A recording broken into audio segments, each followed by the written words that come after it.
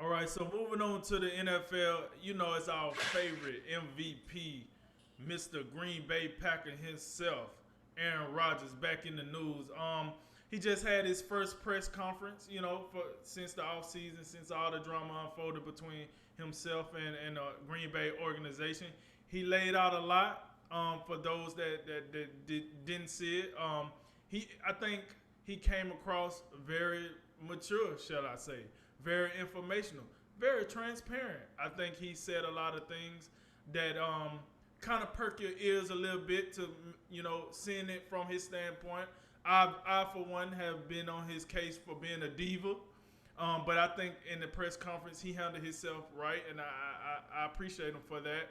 So with that said, everything that's going on, everything that's been said, and where we at now, Jay, um, what is your perspective on what Aaron Rodgers is, what Aaron Rodgers and the Green Bay Packers organization is going through right now?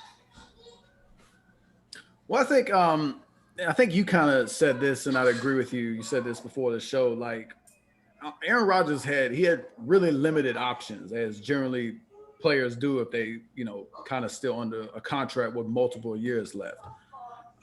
Really, I think his only option to where he could stick it to Green Bay completely was just not play and possibly like retire. But I think Aaron Rodgers.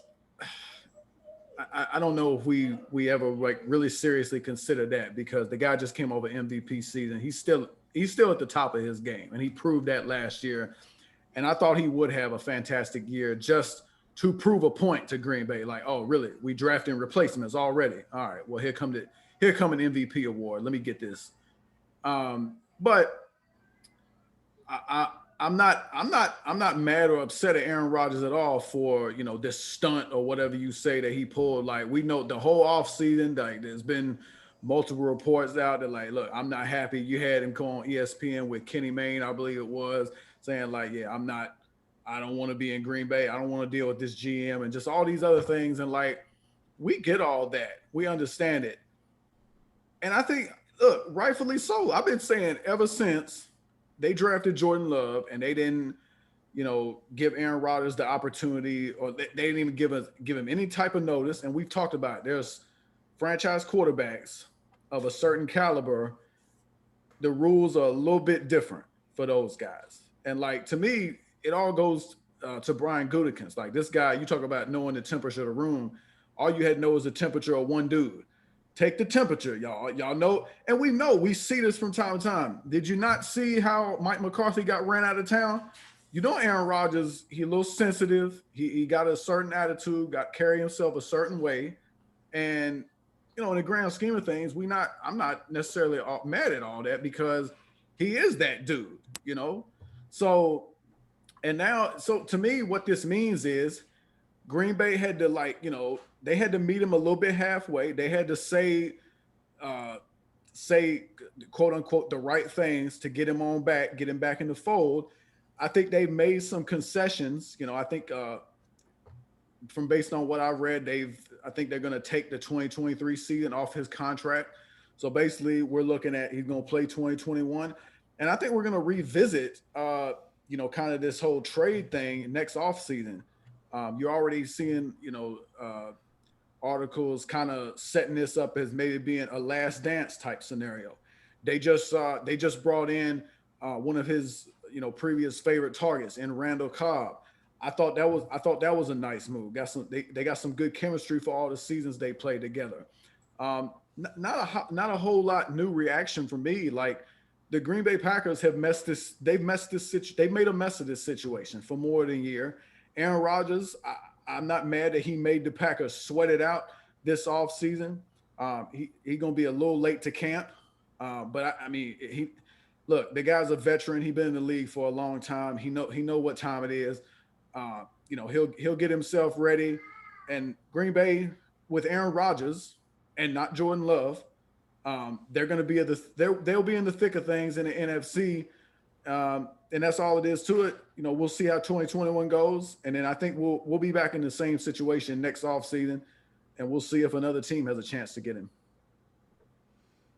Yeah, I just want to start off by saying, but I did say last week that Aaron Rodgers would show up to training camp. You know, OTAs, training camp, two different things. I thought he would be there. He's there. So kudos to me. Um, but two things that ring out to me about this Aaron Rodgers thing. The first of which is, I think this is a ringing endorsement on Tom Brady, because between Aaron Rodgers, Russell Wilson, and it's one more quarterback I'm not thinking about. Let's say Deshaun Watson. Even though Deshaun Watson Grievous is something different, but let's say Deshaun Watson. So there's 3-star quarterbacks that this offseason had a riff or a disagreement with their organization. And I strongly believe that all three had a riff because of one guy. That one guy was Tom Brady. Now you might say, what do Tom Brady got to do with this? Well, think about this. So Tom Brady left a legendary chapter of his life with the New England Patriots, right? He left. He said, boom, I'm done. I'm tired of arguing about this, that, and the third. I'm taking my talents elsewhere. He took it, he ain't quite take it to South Beach, but he definitely took it to the South. Took his talents down to Tampa. And when he got there, right, so he's negotiating, him and his agent, whatever, negotiating the contract. Yeah, I want 2 years, max contract. All right, boom. What else do you want, Tom? Well, it would be nice if y'all upgrade the offensive line. All right, we on it, Tom. We got you. What else? Can y'all make sure that defense is doing? It ain't gotta be top notch, but just make sure it's good enough where I can get the ball back. It's a team effort. I need them to be good just as well as the offense to be good, so we can, do what we do. All right, Tom, we'll fix that secondary, and the front seven is legit, but we'll fix the secondary. All right, cool. Oh, by the way, I talked to Grunk the other day, and he said he's willing to come out of retirement. New England's willing to trade him. Y'all think we can make something happen? Hey, sure thing, Tom. No big deal. Hey, matter of fact, somebody get Grunk agent on the line. Let's go ahead and get him tightened up. What was the end result of all that? A Super Bowl at home. What else was the result of all that? Oh, they won the Super Bowl at home, and they also brought back all 22 starters. I think we got to pay some respect to that. We got to pay some homage to that. Because now other star quarterbacks are starting to say, well, what the hell about me? I'm Aaron Rodgers. Am I not an elite quarterback? Am I not the reigning MVP? Did I not do my part to get us the 2 back-to-back MVP? I mean, back-to-back NFC championship games? So I can't even talk to you about a number 2 receiver? Or you can't ask me to get on the phone and try to recruit a little bit? That's all I'm saying. I got a little juice. Think about this. This is Green Bay, Wisconsin. People ain't lining up to come play here. Let me use my face card that I done worked on for 13, 14 years. Let me use my face card and get us some talent in here. Because let's be real here. If they come into Green Bay to play, Aaron Rodgers probably got something to do with it. But no, all right, you keep doing things the way you do it. Build it through the draft. Don't worry about free agency. I'm just going to stick it out with Devontae Adams and the rest of the homies because, that's about as far as they go for me. So don't worry about it. Yeah, we'll just keep, getting to the NFC Championship game and losing because, we run out of gas or something. I have to applaud Rodgers for that when he gave that message because for the first time I thought he was being candid and I thought he was being legitimate. Honestly, the things he was talking about, I don't see the problem. This is what star quarterbacks. Why would Kansas City not let Patrick Mahomes recruit a running back that they think can help their cause? Or a linebacker that can help their cause. I mean, he Patrick Mahomes. Why not use him for that? So why not use Aaron Rodgers? So I'm with him on that.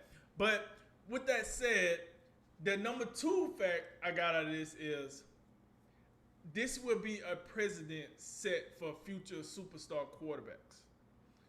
When they get in that situation and it come 2-3 years down the line, if they're not getting what they want, it's no more of that, oh, this the NFL, this the shield. You talk back, we're going to sit you down. I think them days are starting to slowly be a pastime. I think now quarterbacks are like, listen, you don't want to listen to me, then I'm going to do something else. I'm going to do my own thing. But I want to be heard. I should be heard. And I feel like for most quarterbacks, this is true. Because when you do the hierarchy of NFL teams, the quarterback is in that hierarchy. You got the owner, you got the GM, that's usually either the GM or president of football operations, some crap like that. You got those two, right? Then you got the head coach, and then you got the quarterback. That's the succession of command, folks. That's how it works. So the quarterback should be heard.